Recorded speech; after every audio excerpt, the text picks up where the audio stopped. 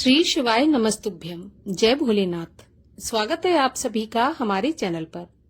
आज के इस वीडियो में हम आपको सुनाएंगे सोमवार व्रत की कथा। सोमवार का व्रत दिन के 3 पहर तक होता है और व्रत में फलाहार या परायण का कोई खास नियम नहीं होता। शाम के समय एक समय पूर्ण आहार अर्थात संपूर्ण भोजन इसमें किया जाता है। शुद्ध एवं सात्विक भोजन किया जाता है। सोमवार के व्रत में भगवान शंकर और माता पार्वती की पूजा करनी चाहिए। साथ ही सोमवार के व्रत की कथा सुननी चाहिए। भगवान शिव की आरती करनी चाहिए। ऐसा करने से भगवान शिव और माता पार्वती की कृपा से मन की सभी कामनाएं पूर्ण होती हैं। परंतु किसी कारण से अगर व्रत नहीं रख सकते तो कथा तो अवश्य ही सुननी चाहिए। कथा सुनने मात्र से ही व्रत का आधा पुण्य प्राप्त होता है, तो बिना व्रत के भी कथा अवश्य सुने। तो चलिए अब हम शुरू करते हैं सोमवार के व्रत की कथा। एक नगर में एक बहुत धनवान साहूकार रहता था। उसके घर में धन की कोई कमी नहीं थी, परंतु वह बहुत दुखी रहा करता था क्योंकि उसके कोई पुत्र नहीं था। वह इसी चिंता में दिन रात दुखी रहता था। पुत्र की कामना के लिए वह प्रत्येक सोमवार को शिवजी का व्रत और पूजन किया करता था तथा सायंकाल को मंदिर जाकर शिवजी के सामने दीपक जलाया करता था। उसके इस भक्ति भाव को देखकर एक समय माता पार्वती ने शिवजी से कहा कि प्रभु, ये साहूकार आपका अनन्य भक्त है, सदैव आपका व्रत और पूजन बड़ी श्रद्धा से करता है। आपको इसकी मनोकामना अवश्य पूरी करनी चाहिए। तब शिवजी ने कहा कि पार्वती, ये संसार तो कर्म क्षेत्र है। किसान खेत में जैसा बीज बोता है वैसा ही फसल काटता है। उसी तरह मनुष्य इस संसार में जैसा कर्म करते हैं वैसा ही फल भोगते हैं। माता पार्वती ने अत्यंत आग्रह से कहा कि महाराज, जब यह आपका अनन्य भक्त है और अगर इसको किसी प्रकार का दुख है तो उसे आपको अवश्य दूर करना चाहिए। आप तो सदैव अपने भक्तों पर दयालु रहते हैं और उनके दुखों को दूर करते हैं। यदि आप ऐसा नहीं करेंगे तो मनुष्य आपका पूजन और व्रत भला क्यों करेंगे। माता पार्वती का ऐसा आग्रह देखकर भगवान शिव कहने लगे कि पार्वती, इसके कोई पुत्र नहीं है। इसी चिंता में यह अति दुखी रहता है। इसके भाग्य में पुत्र न होने पर भी मैं इसको पुत्र प्राप्ति का वरदान देता हूँ, परंतु वह पुत्र केवल 12 वर्ष तक ही जीवित रहेगा। इसके पश्चात वह मृत्यु को प्राप्त हो जाएगा। इससे अधिक मैं इसके लिए कुछ नहीं कर सकता। माता पार्वती और भगवान शिव का यह वार्तालाप वह साहूकार सुन रहा था। इससे उसको ना तो प्रसन्नता हुई और ना ही दुख हुआ। वह पहले की तरह भगवान शिव का व्रत और पूजन करता रहा। कुछ समय के पश्चात साहूकार की पत्नी गर्भवती हुई और 10वें महीने उसके गर्भ से अति सुंदर पुत्र उत्पन्न हुआ। साहूकार के घर में बहुत खुशियां मनाई गई, परंतु साहूकार तो ये जानता था कि उसकी केवल 12 साल की ही आयु है। इसलिए उसने ना तो अधिक प्रसन्नता प्रकट की और ना ही किसी को यह भेद बताया। जब वह बालक 11 साल का हो गया तब बालक की माता ने उसके पिता से उसका विवाह करने के लिए कहा। साहूकार ने कहा कि अभी मैं इसका विवाह नहीं करूंगा, मैं अपने पुत्र को काशी पढ़ने के लिए भेजूंगा। साहूकार ने बालक के मामा को बुलाकर उसको बहुत सारा धन देकर कहा कि तुम इस बालक को काशी पढ़ने के लिए ले जाओ और रास्ते में जिन जिन स्थानों से भी जाना वहां पर यज्ञ करते हुए ब्राह्मणों को भोजन कराते और दक्षिणा देते हुए जाना। अब दोनों मामा भांजे यज्ञ करते, ब्राह्मणों को भोजन कराते और दक्षिणा देते काशी जी की ओर चल पड़े। रास्ते में एक शहर पड़ा। उस शहर में राजा की कन्या का विवाह था, परंतु जो राजकुमार विवाह करने के लिए आया था वह एक आंख से काना था। उसके पिता राजा को इस बात की बड़ी चिंता थी कि कहीं राजकुमार को देखकर राजकुमारी या उसके माता पिता विवाह में किसी प्रकार की अड़चन पैदा न कर दें। जब उसने सेठ के अति सुंदर लड़के को देखा तो मन में सोचा कि क्यों ना द्वाराचार के समय इस लड़के से दूल्हे का काम चला लिया जाए। ऐसा मन में विचार कर उस राजकुमार के पिता ने उस लड़के और उसके मामा से बात की तो वे राजी हो गए।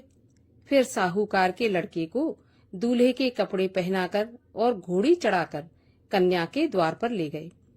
सभी कार्य प्रसन्नता से पूरे हो गए।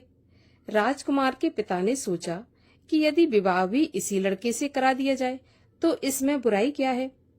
ऐसा विचार कर उसने लड़के और उसके मामा से कहा कि यदि आप फेरों और कन्या दान के काम को भी पूरा करा दें तो आपकी बड़ी कृपा होगी। मैं इसके बदले आपको बहुत सारा धन दूंगा। तो दोनों ने इसे सहर्ष स्वीकार कर लिया। विवाह कार्य बहुत अच्छी तरह से संपन्न हो गया।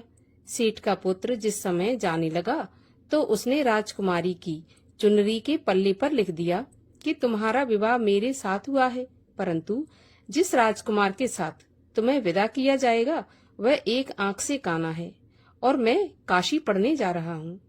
सेठ के लड़के के जाने के बाद राजकुमारी ने जब चुनरी पर ऐसा लिखा देखा तो उसने काने राजकुमार के साथ जाने से मना कर दिया। उसने अपने माता पिता को सारी बात बता दी और कहा कि यह मेरा पति नहीं है, मेरा विवाह इसके साथ नहीं हुआ और जिसके साथ मेरा विवाह हुआ है वह तो काशी पढ़ने चला गया। राजकुमारी के माता पिता ने अपनी कन्या को विदा नहीं किया और बारात वापस चली गई। उधर सेठ का लड़का और उसका मामा काशी पहुंच गए। वहां जाकर उन्होंने यज्ञ करना और लड़के ने पढ़ना शुरू कर दिया। जब लड़के की आयु 12 साल की हो गई, उस दिन उन्होंने बहुत बड़ा यज्ञ रच रखा था। लड़के ने अपने मामा से कहा कि मामा जी, आज मेरी तबीयत कुछ ठीक नहीं है। तो मामा ने कहा, अंदर जाकर सो जाओ। लड़का अंदर जाकर सो गया और थोड़ी देर में ही उसके प्राण निकल गए। जब उसके मामा ने आकर देखा कि उसका भांजा तो मरा पड़ा है तो उसको बड़ा ही दुख हुआ, लेकिन उसने सोचा कि अगर मैं अभी रोना पीटना मचा दूंगा तो यज्ञ का कार्य अधूरा रह जाएगा। अतः उसने जल्दी से यज्ञ का कार्य समाप्त करवाकर ब्राह्मणों के जाने के बाद रोना पीटना शुरू कर दिया। संयोगवश उसी समय शिव पार्वती उधर से जा रहे थे। जब उन्होंने जोर जोर से रोने की आवाज सुनी तो पार्वती जी कहने लगी, महाराज, कोई दुखिया रो रहा है, इसके कष्ट को दूर कीजिए।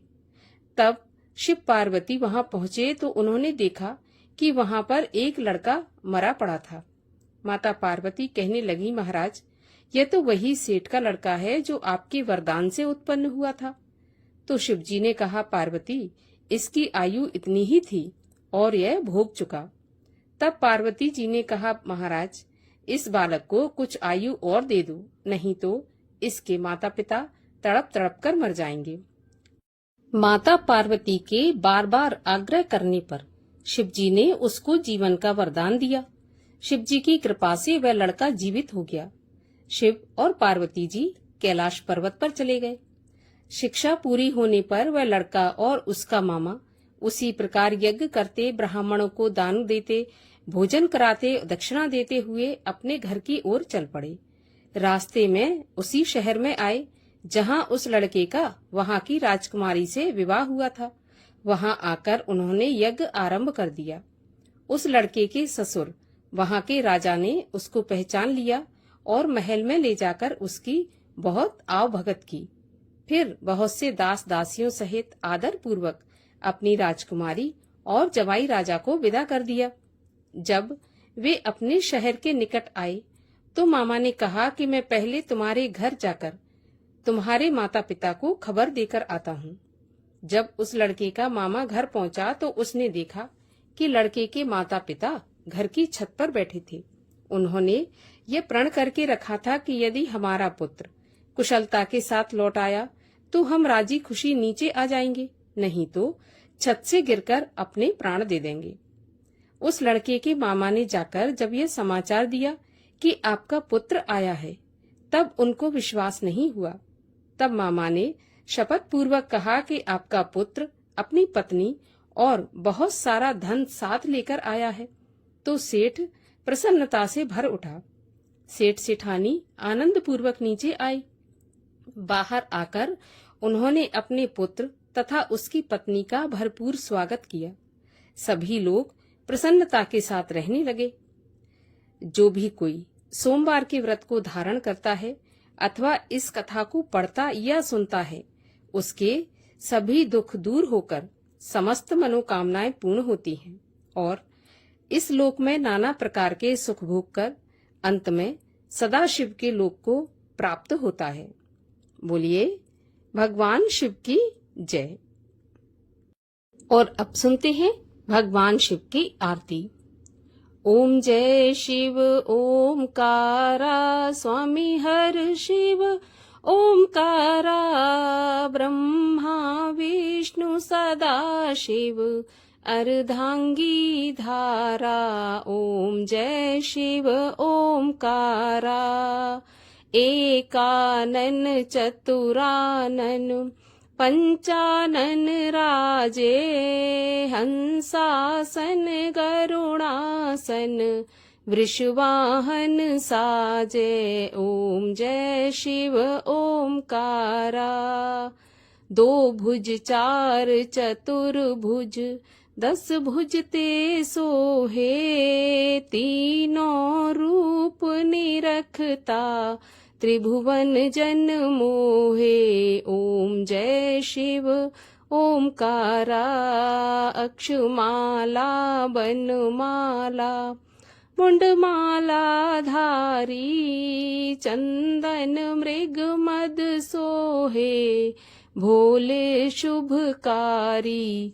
ओम जय शिव ओमकारा श्वेतांबर पीतांबर बाघंबर अंगे सनकादिक ब्रह्मादिक भूतादिक संगे। ओम जय शिव ओमकारा करके मध्य कमंडल चक्र त्रिशूल धरता सुख करता दुख हरता जग पालन करता।